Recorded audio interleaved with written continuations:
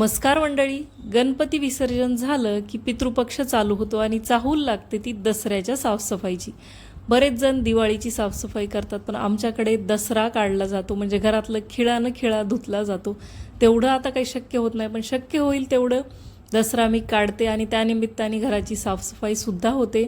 घरी येऊन आल्यानंतर 1-2 दिवसांनी दसरा काढायला सुरुवात केली.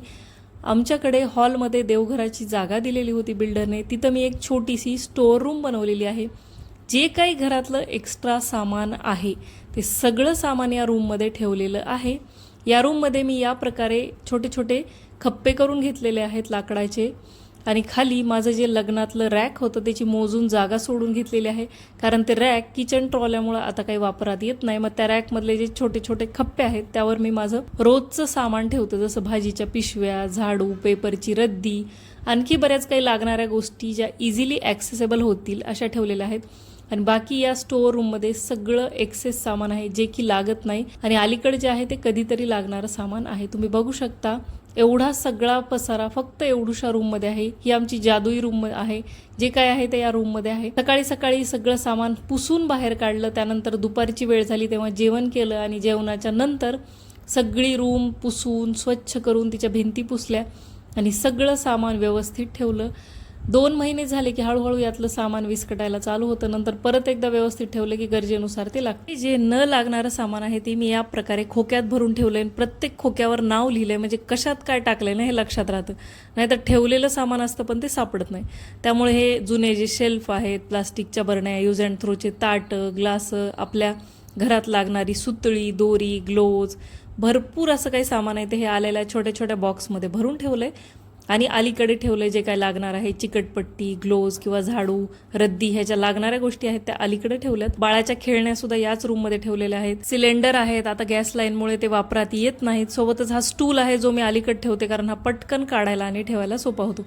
सगळी रूम आवरायला मला पूर्ण 1 दिवस लागला. या रूमला या प्रकारे ऑटोमॅटिक लॉकचं दार आहे, जे सोडल्यानंतर बरोबर लागतं आणि कोणाच्याही लक्षात येत नाही इथं रूम आहे. ही आवरायला सगळ्यात जास्त वेळ लागतो, त्यामुळे पहिल्यांदा ती काढली.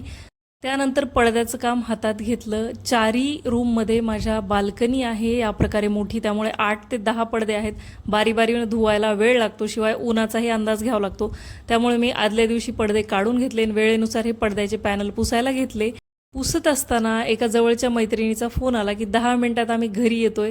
काय करावं सुचत नव्हतं, त्यामुळे ब्लिंकिट केलं आणि मस्त भेळच्या या चटण्या रेडीमेड आणि भेळचा चिवडा मागवला. मस्त पाणी तयार केलं. हे भेळचे मुरमुरे जे आमच्याकडे मिळतात ना, यामध्ये या प्रकारे आपले कॉर्नचा चिवडा मिक्स असतो, त्यामुळे त्याची चव अप्रतिम लागते.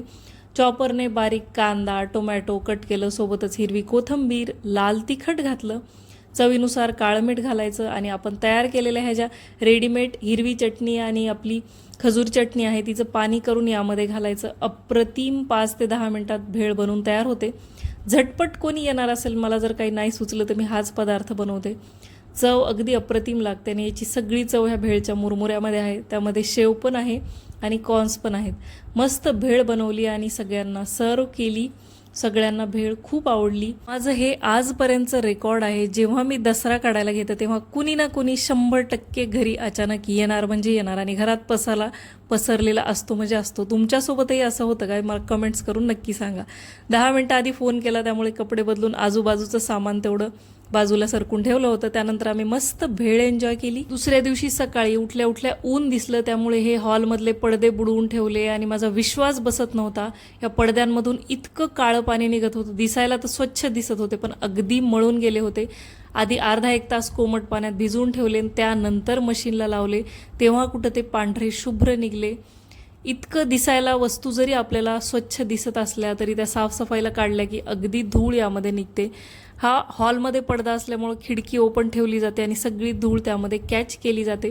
पडदे स्वच्छ धुवून वाळले होते. संध्याकाळच्या वेळेला पडदे लावायचं काम सुरू केलं. पॅनल आधीच पुसून घेतले होते, त्यामुळे मस्त पडदे लावून घेतले.